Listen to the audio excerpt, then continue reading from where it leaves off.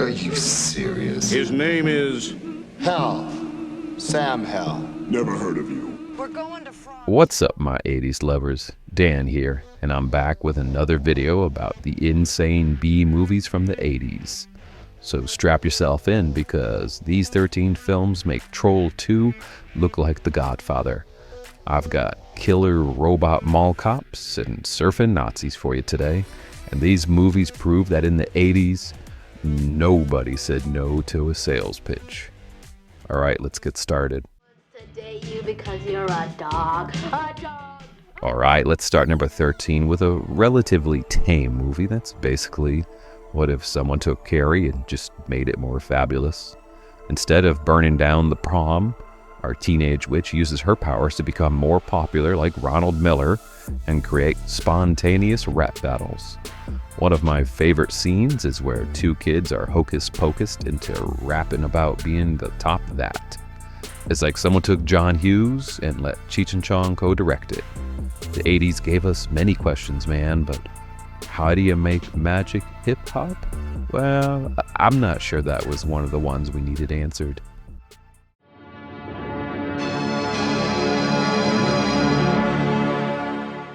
So number 12 asks, do you remember when malls decided security robots were the future?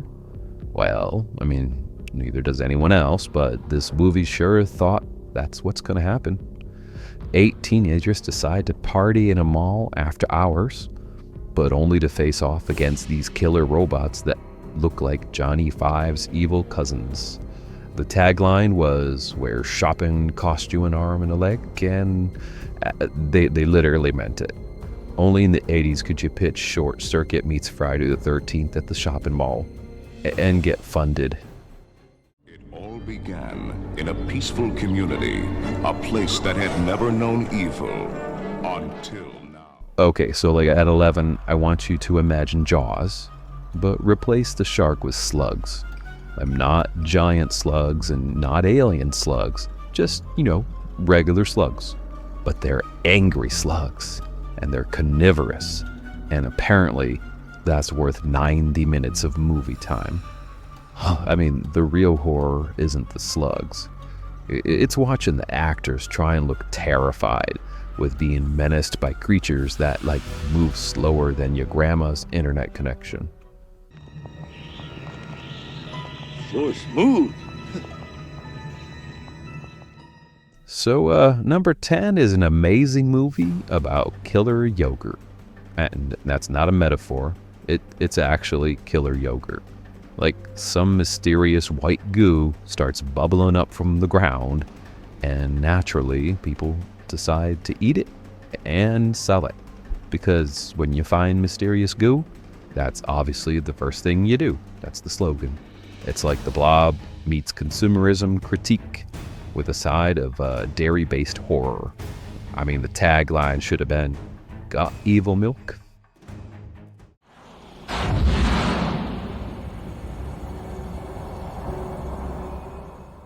So 9 brings us a priest who fights demons in New Orleans, which sounds like a pretty standard horror movie, but then it just goes completely off the rails with demon burlesque shows and what I can only describe as satanic performance art. It's like someone watched The Exorcist and thought, what this needs is more exotic dancing.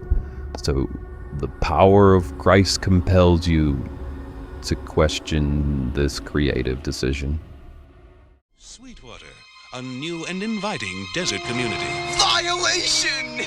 This is gonna be a career. So number 8 has us imagining if Gremlins had a discount cousin who lived in a van down by the river. Oh, that's Munchies, a movie that boldly asked the question, what if we just straight up ripped off Gremlins but made everything worse? The plot? Well, Harvey Korman finds an ancient creature in a cave that multiplies when it eats junk food, because in the 80s, every cute creature has to have some bizarre food-related reproduction rule. But instead of turning evil like the Gremlins, these things just become increasingly annoying party animals with a taste for terrible puns and B-grade slapstick. I guess kind of like me, I guess.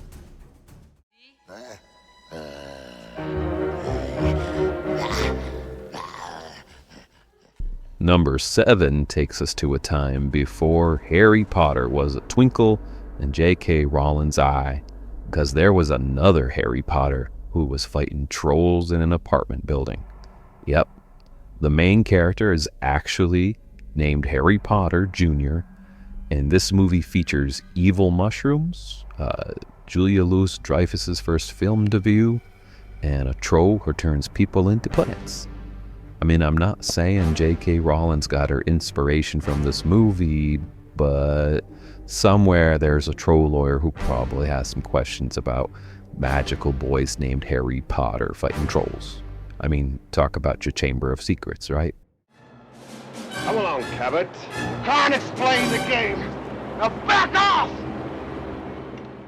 So, Olympic gymnast Kurt Thomas stars in number 6 as someone who fights evil in a fictional country using the power of gymnastics.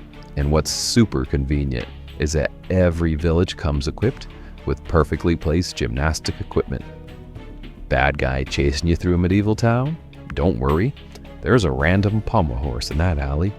Need to fight off an assassin in the market? Look, parallel bars between the fruit stands. I mean, the whole thing plays like you fell asleep watching the Olympics under a Bruce Lee poster.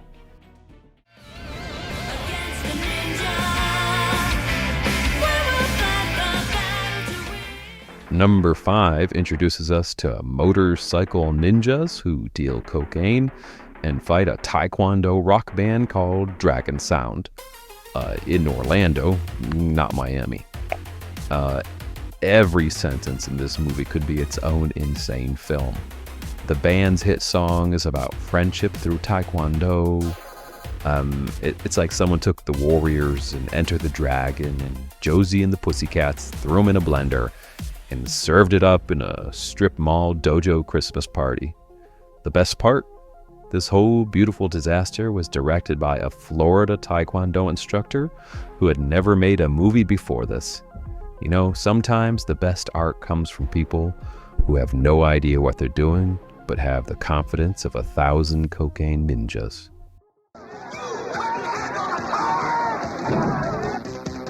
Surf Nazis must. In a post-apocalyptic future, we find number 4, or otherwise known as Nazi surfers, who terrorize the beaches until one grandmother decides to take revenge. This movie exists. Someone funded this, and multiple people agreed to act in it.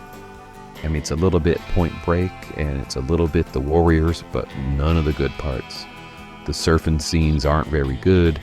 The Nazi elements are tasteless, and yet you really can't look away.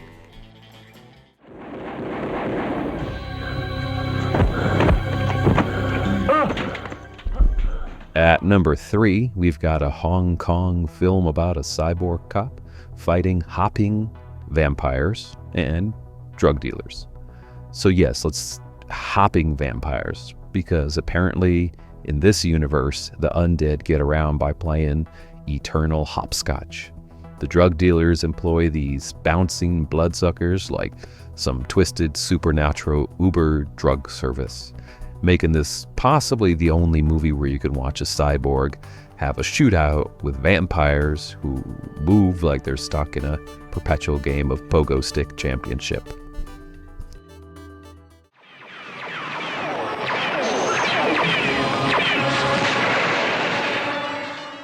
My number 2 wants you to imagine Battlestar Galactica, made by people who've only had space travel described to them by interpretive dance. The hero, he looks like a gym teacher who got lost on his way to CrossFit, and the space scenes are just straight up stolen from other movies. And the female lead, I mean, she dies, but then she shows up in the next scene like nothing happened. So the continuality isn't just bad, it's actually hostile towards reality. In the future, after the big war, there will come a time... My number 1 most insane B movie is a post-apocalyptic world with Rowdy Roddy Piper, who plays one of the last fertile men left alive, and he must rescue a group of women from a city of mutant frogs while wearing an explosive codpiece. I mean, this isn't a sequel to They Live. No. This is actually an original movie that someone made on purpose. I mean, it's like Mad Max had a baby with Kermit the Frog, and they all ran out of bubble gum. So there you have it. That's 13 more pieces of evidence that the 80s were truly the Wild West of movie making. I would love it if you drop some comments telling me which of these beautiful disasters you've actually seen, or maybe what insane 80s movies you want me to cover on part 3. So this is Dan reminding you that sometimes the best movies are the ones that make you question everything, especially your life choices. So stay radical, my 80s lovers. Peace.